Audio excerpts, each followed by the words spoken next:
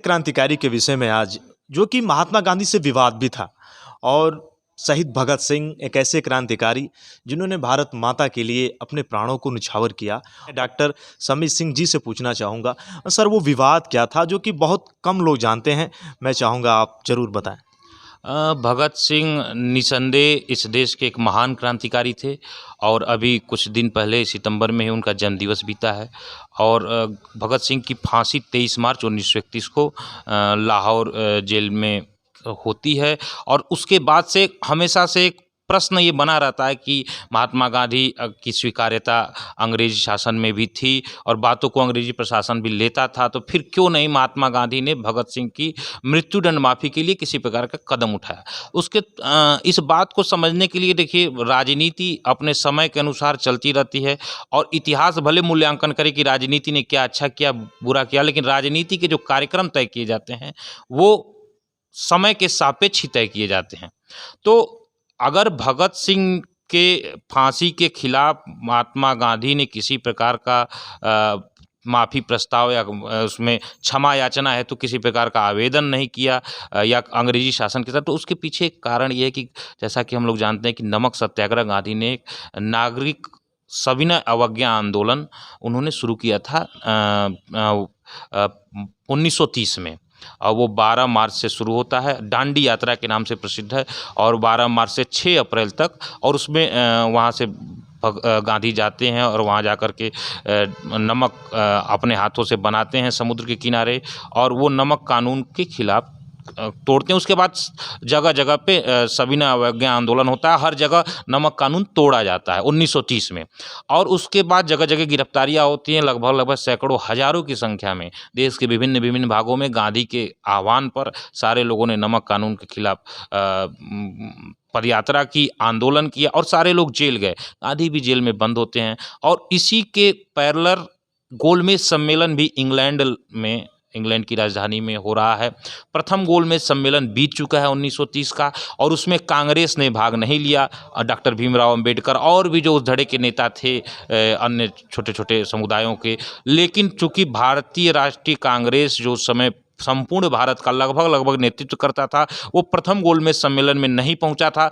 तो एक मानसिक दबाव और एक नैतिक दबाव ब्रिटेन की सरकार पे था कि आप अगर किसी प्रकार का समझौता अगर भारत के संदर्भ में करना चाहते हो और कांग्रेस को अगर आप शामिल नहीं करते हो तो सम्मेलन सफल नहीं होगा। तो द्वितीय गोलमेज सम्मेलन में ब्रिटिश गवर्नमेंट सरकार की तरफ से रैम्स मैकडोनाल्ड वहाँ के उस समय प्रधानमंत्री हुआ करते हैं और उनकी तरफ से इरविन जो यहाँ वायसराय हैं उनको संदेश भेजा जाता है कि आप किसी तरीके से कांग्रेस को शामिल करिए।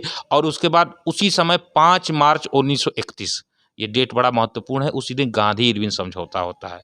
और ये डेट इसलिए महत्वपूर्ण है क्योंकि 5 मार्च 1931 को गांधी इरविन का समझौता होता है और 23 मार्च 1931 को भगत सिंह को फांसी दी जाती है, लगभग 18 दिन बाद। एक सवाल लाजिम है कि अगर गांधी इरविन वायसराय था इस देश का, तो गांधी ने भगत सिंह की माफ़ीनामा के लिए क्यों नहीं बात की या इस तरीके से क्यों नहीं। तो उसमें जो अंग्रेज़ों की तरफ से जो प्रपोजल रखे गए थे वो 4-5 प्रपोजल बड़े महत्वपूर्ण हैं। उसी प्रपोजल में गांधी के जो भी भगत सिंह के संदर्भ में जो माफ़ीनामा नहीं मांगे गए उसका सार छिपा हुआ। पहला प्रपोजल था कि नमक कर हटाया जाएगा, नमक बनाने की आज़ादी भारत को दी जाएगी। तो एक बहुत बड़ी उपलब्धि गांधी और गांधी के इस सविनय सत्याग्रही आंदोलन की थी। दूसरी जो सबसे बड़ी उपलब्धि थी, जितने भी लोग नमक आंदोलन में गिरफ्तार हुए हैं, जितने सत्याग्रही, उनको रिहा किया जाएगा। तीसरी जो सबसे बड़ी बात थी, उसके बाद इसके पहले और भी जो भी गतिविधियों में आंदोलनकारी गतिविधियों में जितने भी मुकदमे हैं या राष्ट्रीय कांग्रेस पर जितने भी प्रतिबंध लगे हैं उन प्रतिबंधों को हटाया जाएगा। चौथा एक तय हुआ कि इन सारे के बावजूद उसकी गोलमेज सम्मेलन में कांग्रेस भाग लेगी। लेकिन जो सबसे महत्वपूर्ण जिस पर जिद था ब्रिटिश सरकार का कि जो भी हिंसक गतिविधियों में जो भी भारतीय अंग्रेजों की जेलों में बंद है उसके खिलाफ किसी प्रकार का समझौता नहीं किया जाएगा। और ये बात अंग्रेजों की तरफ से पूरी तरीके से स्पष्ट थी।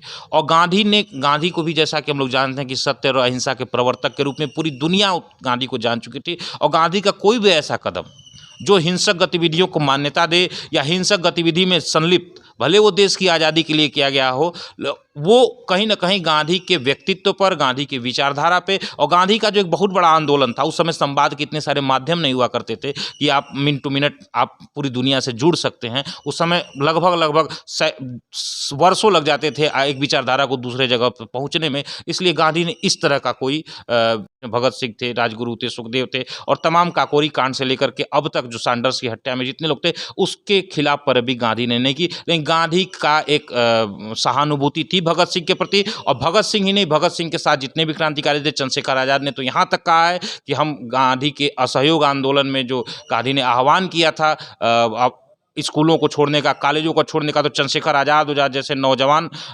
स्कूल कॉलेज छोड़ करके गांधी के आंदोलन में शरीक हुए थे। तो इसका ये मतलब था कि गांधी स्पष्ट एक नेता थे, और गांधी को समर्थन लगभग भारत का हर नौजवान युवा क्रांतिकारी करता था। रास्ते भले अलग हों, तो इसलिए ये आरोप लगाना कि गांधी ने भगत सिंह की पैरवी नहीं की, ये थोड़ा सा आप जब तक संदर्भ को समझिए, उसके बाद आप चिंतन मनन करिए, उसके बाद उस समय की राजनीति में क्या भूमिका हो सकती है एक राजनेता की, जो पूरे देश के आज़ादी की लड़ाई का नेतृत्व कर रहा हो, जो एक वैचारिक धरातल और एक वैचारिक आधार के साथ अपनी बातों को रख रहा हो, उसमें गांधी आपको सही नजर आएंगे।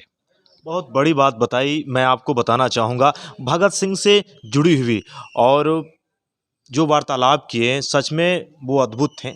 और मैं ज़रूर चाहूँगा भगत सिंह से जुड़ी हुई ये जानकारी मेरे वीडियो को देखें और शेयर करें।